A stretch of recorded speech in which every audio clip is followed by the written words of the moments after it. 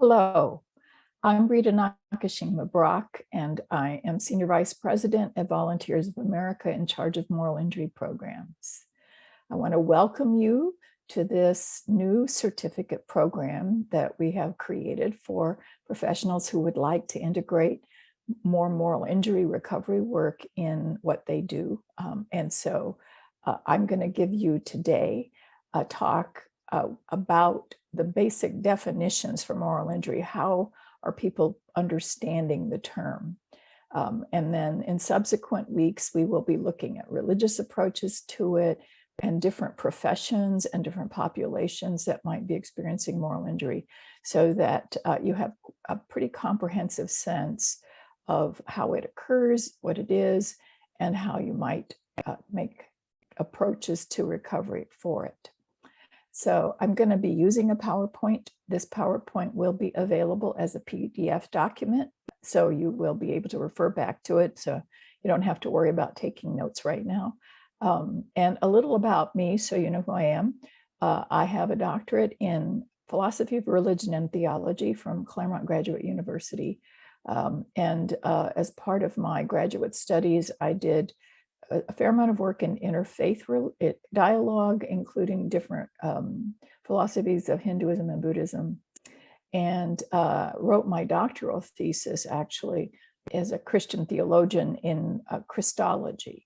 So that's my background. My work in Christology also involved a fair amount of research in psychology, because I think psychology is important to understanding human nature and the human condition. So I have dipped a toe into clinical literature and psychological things as well. So I'm a bit of an omnivore theologian. I study in a lot of different areas. This talk will be largely based on work in the clinical community, where the concept of moral injury in military veterans first emerged in 1994 and then got enlarged in 2009. I'll be talking about that history in this talk. So let me begin by sharing my screen and beginning the PowerPoint. All right, so as I said, I'm going to be talking about what is moral injury.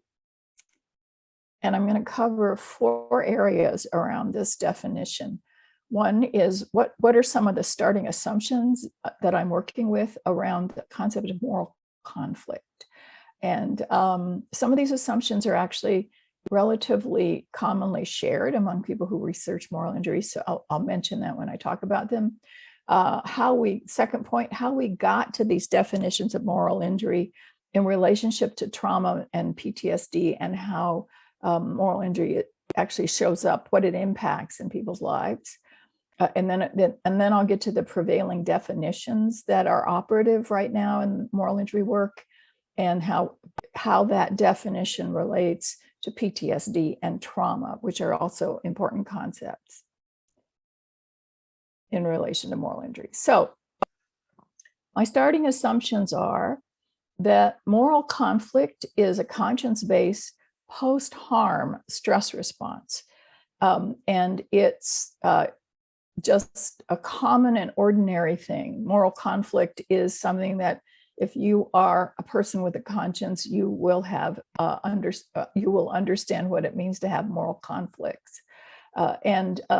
Researchers like Brett Litz and Bill Nash, I'll talk about it later, actually assert that everyone is born with a conscience. Everybody is born moral, and that we're neurologically hardwired for it because of our nature as social animals that cannot survive without love, without care. And the way we receive and maintain the connections for the care we get is through love. And so it's as necessary as food, as physical comfort. So it's a deep thing in human beings, neurologically and psychologically. It's a deep thing to need to be moral. Somebody will ask, well, what about sociopaths? In fact, sociopaths often understand the difference between good and evil and bad and morality. It's just that they don't really particularly care about those ideas or those distinctions, because they're prone to not feeling much fear, and also not love or emotions that are ordinary human emotions. Their ability to feel those things is attenuated, and so they're less concerned about moral issues. But generally, even sociopaths hide immoral behavior, and that may be because they don't want to get caught, but they hide, and which is why serial killers and people often go pretty far before they're caught. So that's a starting assumption, that moral conflict is an ordinary, everyday human experience because we're born with consciences, and when harm happens, we have a stress response to harm. So moral conflict then, I think, has levels of severity. And so the lowest level of severity is moral discomfort, when some transgression happens, either something that we did or something that was done to us, that requires some kind of resolution to restore a relationship that might be threatened by it. And so most of us probably have learned ways we deal with these kinds of transgressions. We may apologize, or we may ask for an apology, or we may do something to make up for something bad we did. That's an ordinary human experience, and most of us have these a lot. Because life is always a little bit chaotic and unpredictable, and things happen. Moral distress is a layer of more difficulty with moral conflict, that is a discomfort that may linger and be enough to interfere with your optimum daily functioning. So you might have a moral conflict that isn't easy to fix. It may not have a fix. It may just not feel fully resolved, and you may start to lose sleep. It may bother you at odd times in your life. That's moral distress, and moral distress can be pretty acute. You can just feel terrible about something you did, and there's no really good fix for it, and so you're trying to figure out how to resolve it. And if moral distress starts to pile up, as it has for many people during the pandemic, you can sort of be so burdened by experiences of moral distress, repeated experiences, or when it keeps getting worse and worse, escalating, that you get to a point of breaking. And that's moral injury. Moral injury is when you're suffering so much from moral distress, either from accumulated distress or from one cataclysmic, devastating experience, like war, an earthquake, a pandemic, some devastating, catastrophic experience that your identity is threatened. You start to feel like maybe you aren't good anymore, or you're not competent, or that you're not yourself. Something's deeply wrong. And you may lose trust in other people because of harm they inflicted or did, and you witnessed it, or you even tried to stop it and failed to prevent it.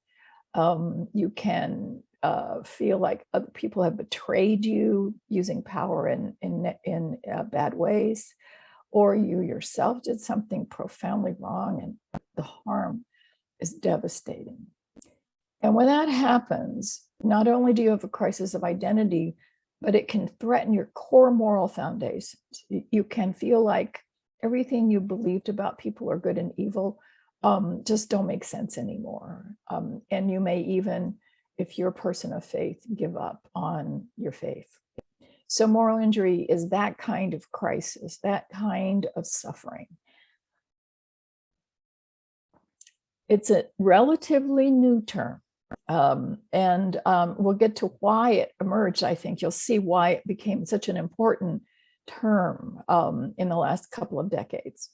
So it originated with combat veterans and military people. So I'm doing the history of terms that were used previous to moral injury to talk about military veterans.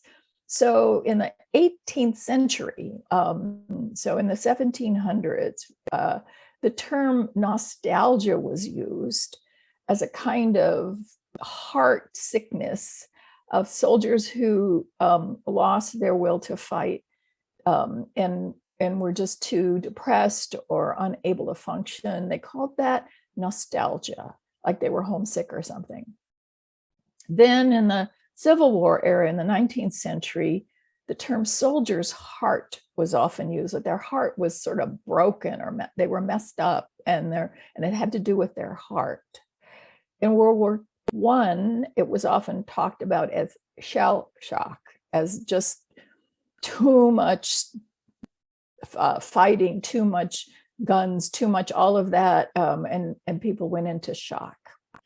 Or in World War II, they used the term combat fatigue, which was like a synonym, or combat stress reaction. So in World War II, it was understood to be tied to combat. And then in Vietnam, people started talking about war neurosis or character disorders, like something was weak about somebody's character to begin with. Before they ever got to war.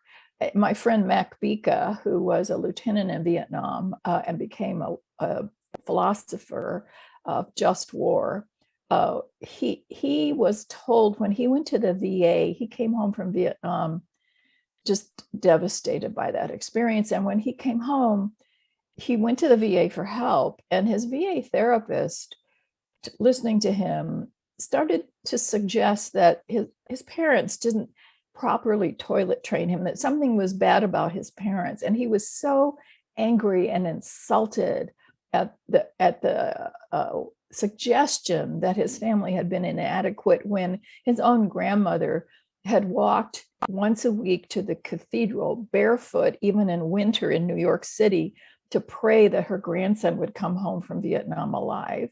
He was so incensed at the way that the VA suggested that it was his family that was the problem and not the war, that he left the VA and stopped. And he said he smoked weed and hiked with his dog in the Adirondacks for 3 years, which was what finally helped bring him back and come back. And he eventually wound up working for the VA in suicide prevention and working with other veterans.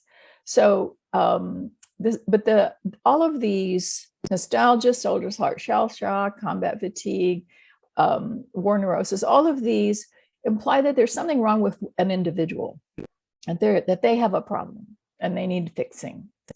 And then there was this term that emerged, also related to Vietnam, called post-Vietnam syndrome, where they were noticing that veterans were affected by apathy and cynicism, feeling alienated or depressed, mistrustful, furious, or just expecting to be betrayed.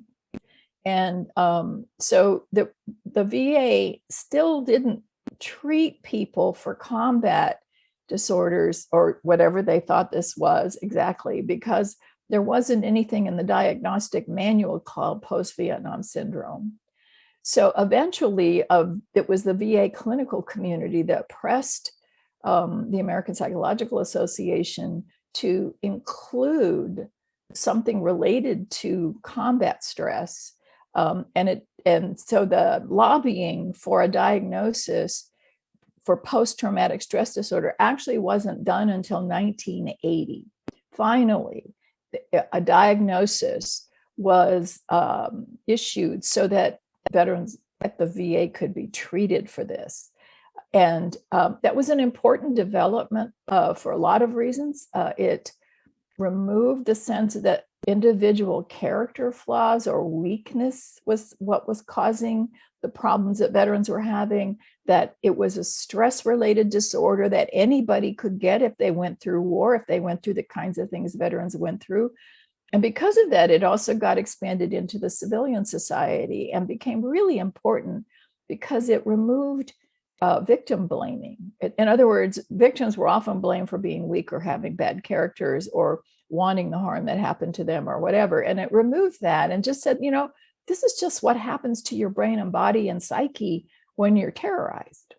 So PTSD was an important diagnosis, an important development, and I think this is really important in relation to the development of moral injury, was that in 1973, the draft, conscription ended, and the US slowly shifted to an all-volunteer military.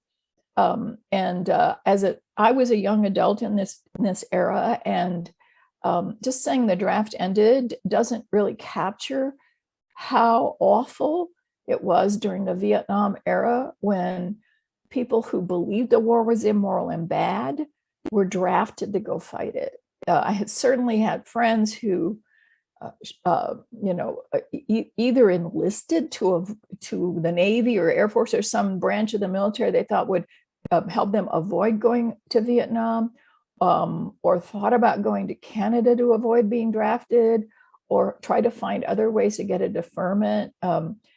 My former husband was actually prosecuted for draft evasion on trumped up charges of conspiracy with people he'd never met, because he had actually found a dentist that would put braces on his teeth, and that was a deferment.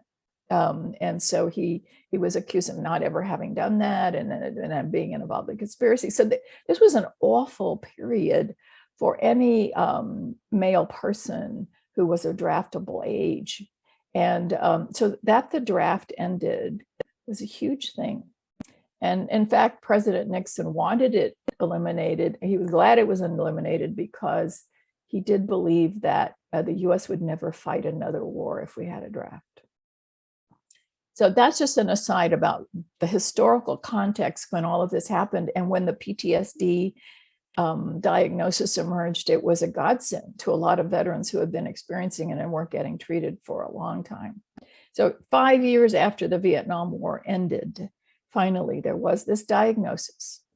And the medicalized model is basically a medicalized model of treatment, of diagnosis and treatment, shifted away from the victim blaming and helped not just veterans, but sexual abuse survivors, disaster survivors, all kinds of people who had been terrorized. So, but the difficulty with the diagnosis, and this is why moral injury, I think, finally emerged, was that it imposed a kind of impersonal statistical approach. That's how you study evidence-based psychological research. You do it anonymously, so it's impersonal and it's statistical. So these approaches to therapy, and therapy is important if you have a mental health illness. So I'm not disparaging this, but what happens when you medicalize something is, and this is the problem with PTSD disorder, is that it basically covered up or erased or stigmatized the moral suffering of veterans, which is not a disorder. So here are the definitions for moral injury, and these are definitions that define moral injury not as a psychological disorder, but as a response to devastating conditions of normal people. So Jonathan Shay, in his book Achilles in Vietnam, for which he won a MacArthur Genius Award, says that these conditions, a betrayal of what's right by someone who holds legitimate authority, a leader, a decision maker, someone with power, in a high stakes situation, is what is the cause of moral injury. And his work at the VA for almost 20 years was with Vietnam era veterans who many of whom felt betrayed by the officers in the field, who came in as young lieutenants when people in the unit had been there for a lot longer and knew more about war, and then people got killed because of incompetent officers or by a government that sent them to an illegal war. All of those were part of that sense of betrayal during the Vietnam era, and the kind of what Shay calls berserk fury, a kind of outrage that is just deep and deeply wounding in terms of suffering. So he defined moral injury as those three things, all three, with the response of feeling betrayed. So outrage, humiliation, frustration, those kinds of feelings. In 2009, another team of VA clinicians who were working with global war on terror veterans, not Vietnam era veterans by and large, were noticing that they had really good treatments for PTSD, and a lot of them were diagnosed with PTSD, but something else was wrong. Veterans they were treating were not responding to the PTSD treatments like they thought they should have, because they had a lot of ones that worked really well, but there was still this problem, and they got together to discuss what else they were hearing in therapy that might indicate that they weren't missing something. And that's when they realized that the moral questions, the moral suffering, those things were not being addressed by PTSD treatments. So they define moral injury in this classic essay, 2009. Almost everybody that writes or researches moral injury has to know this essay. So I highly recommend that you read it in any case. The lasting psychological, biological, spiritual, behavioral, and social impact of perpetrating, failing to prevent, or bearing witness to acts that transgress deeply held moral beliefs and expectations. So the lasting, listen to this list: psychological, biological, spiritual, behavioral, and social impact of perpetrating, failing to prevent, or bearing witness to acts that transgress deeply held moral beliefs and expectations. And the transgressing might be done by the self or by someone else. So they include the Shay definition in that way, in this larger definition. But here the focus is really on perpetration, transgression, not on being the recipient of a transgression. And so Larry Graham, in his book, Moral Injury, Restoring Wounded Souls, refers to the first form as a receptive, that you receive the behavior that causes you to feel morally injured. And the Bretz-Litz definition he defines as agential. It's you're the agency of the harm. So that's one way to distinguish between the two. I think it might be most of the time too sharp a distinction, and I'll get into why that's the case, that these really quite often overlap. But first this is a William Nash diagram. Bill Nash is a 30-year Navy psychiatrist who retired and worked for the Los Angeles VA and now works with the UN on refugee work. He's one of the lead researchers on that Litz team on moral injury. He's also a friend of Jonathan Shay's. And he's one of the few clinicians working in this space who himself is a combat veteran. And he was at the Second Battle of Fallujah, and with a Marine unit that was decimated by that battle. And he understands moral injury in that kind of very visceral way. So this is his diagram of all the dimensions, that list of the dimensions of life that moral injury can impact. So you have emotions, relationships, self-concept, meaning system or concept of the world, authority over oneself. In other words, one's sense of being a coherent person with discipline and self-control, and continuity over time. And I want to say a little bit about continuity over the time, because that's not in the Litz definition, but it's important. Because moral injury is a act of your conscience evaluating your experience, it usually happens in the aftermath of terror. It is not the feeling of terror itself. It is your memory of the event and your conscience evaluating what happened. And so because of that character of moral injury, where your executive brain is also engaged in the thinking process, that part of your brain can also suppress what you're thinking and feeling in order for you to function. And I think that happened a lot for frontline workers during the pandemic. They have been really upset around the lack of PPE and lack of administrative support, the devastation of so many people dying and not being able to save them. All of that may have been happening to them, but they have put aside their moral feelings about it just to keep doing the work and putting one foot in front of the other. So you can have moral injury and not pay attention to it, to try to set it aside. And I know an Air Force veteran who had moral injury for 40 years, but he didn't know it really. He just tried not to pay attention to it. As he said, for 40 years, I played a lot of golf and made a lot of money and didn't think about my military service. But when he did, he had a serious case of moral injury. So you high functioning individuals in fast-paced, high-stakes professions can often have morally injurious experiences, but not go there, as it were. And if it gets serious enough, people will begin to try to do other ways to avoid that pain besides suppressing it and repressing it. They may use drugs or alcohol to numb out. They may cut off important relationships because they don't want to be emotionally vulnerable and they can't be available because they've got so much they're sitting on. And they may eventually get to the point that they take their own lives and die by suicide. So moral injury is a serious kind of suffering, but it is not, and I repeat, it is not a mental health disorder. It is an appropriate response to terrible, morally challenging conditions.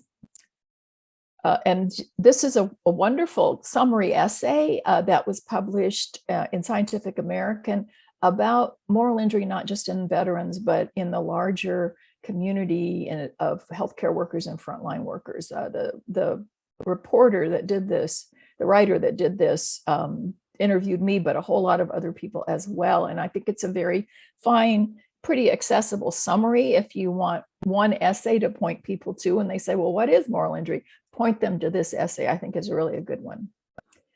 So, and the last thing I want to talk about in this lecture is how is it that moral injury is not trauma or PTSD, but shows up in relation to trauma and PTSD in very significant ways. So generally, trauma is our intense emotional response to an actual or threatened, overwhelmingly harmful event. So it doesn't actually have to happen. If you feel the feelings of being threatened or terrorized or those feelings, then you can carry those emotions in a charged way inside you, and that those emotions of the actual or threatened, overwhelmingly harmful event can lead to unpredictable, like that loss of self-discipline and unpredictable emotions that erupt. You can have your relationships changed or not be very good at engaging with healthy relationships. You may develop physical symptoms like headaches or nausea or stomach, or insomnia. And insomnia is related to a whole bunch of physical disability threats to your health. So trauma is devastating to experience, and it carries through as the feelings of being terrorized during the event. That is what is causing these intense emotional responses to trauma. So post-traumatic stress disorder then is a way to talk about those effects of trauma that linger in response to the trauma, that are fear-based and emerge from the terrorization. And when you are terrified, this is an interesting and important thing to note. When you're in a situation of just being very afraid or terrorized, your memory processing system, your hippocampus, that's the normal way your brain takes in experiences and helps you remember the things you need to remember and forget what you don't need to know, is actually shut down by fear. Your fear systems receive all your stimulus, your physical stimulus that come through your body are connected to your fear system, because you have to be able to instantly respond to something that might take your life. So when that something is actually that threatening to you, the memory processing system isn't necessary. It takes too much time. So it just is not activated. And the fear responses wind up being stored in your brain in a different way than ordinary memory. So you cannot remember what happened in a conscious way, like your memory could recall, but you may have flashbacks where you actually relive all of the awful things in that experience, or have them emerge in dreams and nightmares. So they call those flashbacks dissociative episodes, where you actually lose your orientation in space and time. That's why it's a disorder. You actually leave reality and go back into it. So there are good treatments for the symptoms of PTSD, like hypervigilance, phobias, startle reactions, avoiding things because they trigger those events. And you can have depression or anger about it as well, because fear is also related to one response of fear is aggression. So both of the trauma and PTSD terms relate to the re-experiencing the feelings during the event itself. That's what makes it so hard to function. Moral injury is not that. Moral injury is the response of conscience to moral violations that may or may not involve trauma or PTSD. So I mentioned that I knew this veteran who didn't have moral injury for 40 years, or it didn't erupt for 40 years. He had it for 40 years. He was never in a war. He only served in the Air Force for 4 years, from 1959 to 1963.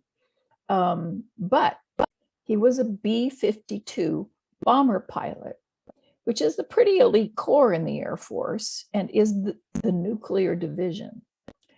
And so his B-52 crew made crew of the year 3 out of the 4 years he was their pilot. So I met him and he was explaining to me how he was struggling with moral injury after he'd read my book, Soul Repair. That's what he knew he was not feeling right, but the book really identified for him what it was he had.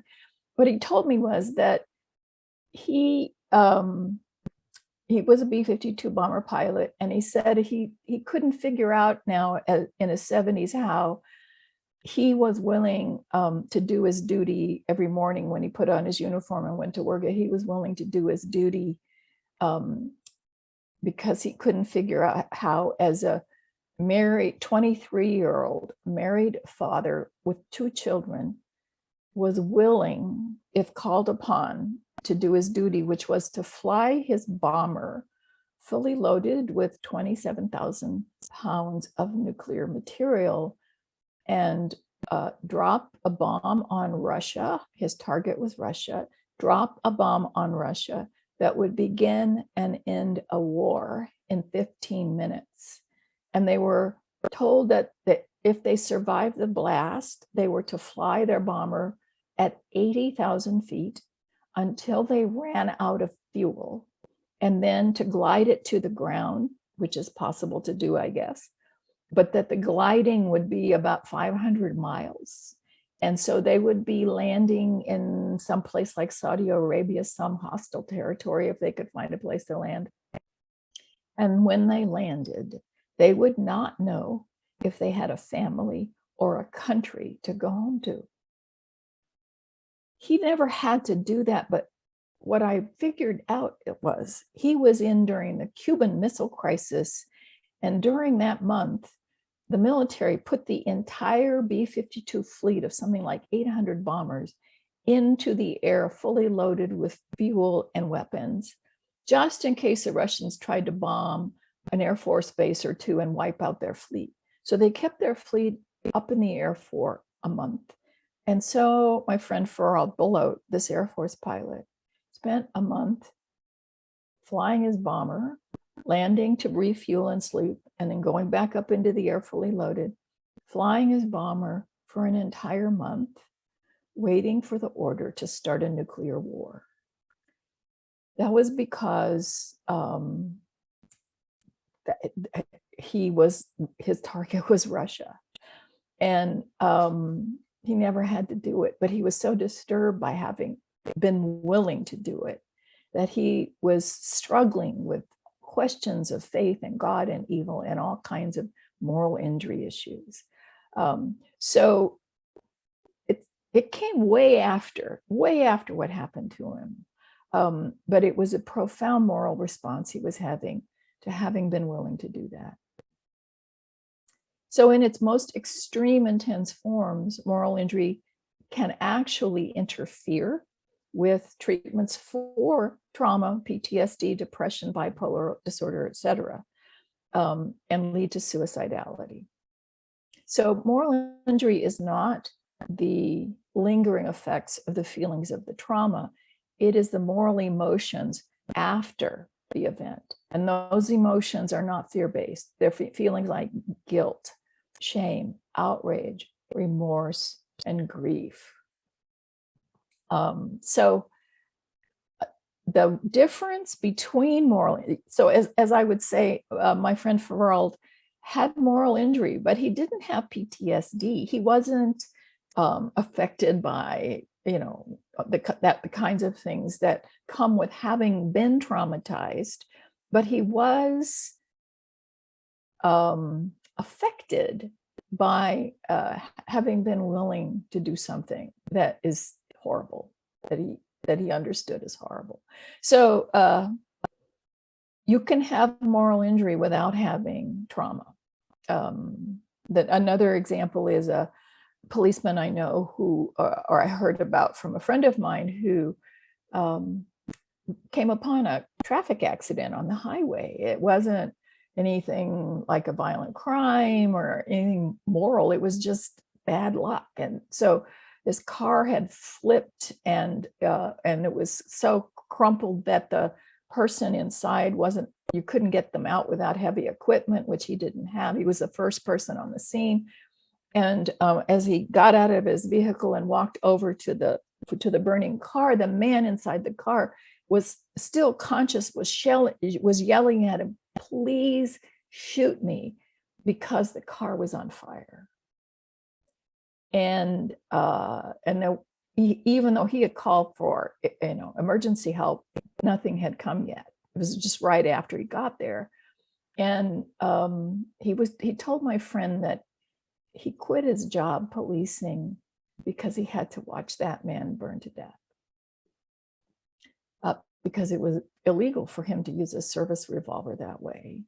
And he had carried that for 10 years when he started talking to his friend, to my friend, about his moral injury, because he didn't have a way to talk about it. My friend works on moral injury and sort of used the term, and the policeman lit up and said, "What is that?" So he wasn't traumatized exactly. He was deeply disturbed by not being able to do something, not being able to prevent someone from suffering. But he didn't have what you would call night terrors or flashbacks or phobias. He just was morally wounded from that experience. And failing to save, that is a major factor for moral injury in people whose jobs are high stakes and they want to help people and save them. So the difference between moral injury and trauma and PTSD is that a psychological disorder involves a distorted relationship to reality that needs to be rewrited. So as with PTSD, you're afraid of things that there's no reason to be afraid, or you lose your place in reality. So it is an actual disorder, and there are good treatments for it. Moral injury, however, since it's an appropriate response of conscience to some devastating condition, is not about rethinking and changing somebody's thinking and fixing them. It's really about supporting people in learning to accept what happened and reclaim their moral agency. Because as I'm fond of saying, the pain of moral injury is your good self wanting out again. And that good self will sit on those painful feelings and try not to feel them because of how much they hurt, until you can face the experience and just accept it as true. And once that is possible, once a person can talk about their experiences and be in touch with the feelings and share them with someone who's understanding, they can't reclaim that good part of themselves, the moral agency that is judging them so harshly. So that is how I understand how moral injury relates to PTSD and trauma. And I would suspect that in almost all trauma or PTSD, there's probably some dimension of at least moral distress, because even if it's just something that happened to you, you may wonder why did it happen, especially if you believe that your faith in a God that protects people or helps people. Why did this happen? Or you might feel as that you did something in that situation to survive that wasn't right. And so it's really important if you're a mental health professional to know about moral injury, because if it's there, it can interfere with therapy. And in the section, I'm going to do several lectures, and the one on recovery strategies, I'm going to talk about a couple of recommended strategies that clinicians can use even in a therapeutic environment. So thank you very much for being part of this certificate program. And so this concludes my lecture on the topic. And if you have questions, you can always email me to ask, and I'm happy to respond. And you will have chance also in discussion and synchronous discussion groups later on to talk about some of the things I've said. So I look forward to being part of the rest of this, and you'll get 2 more lectures from me. So thank you. Bye.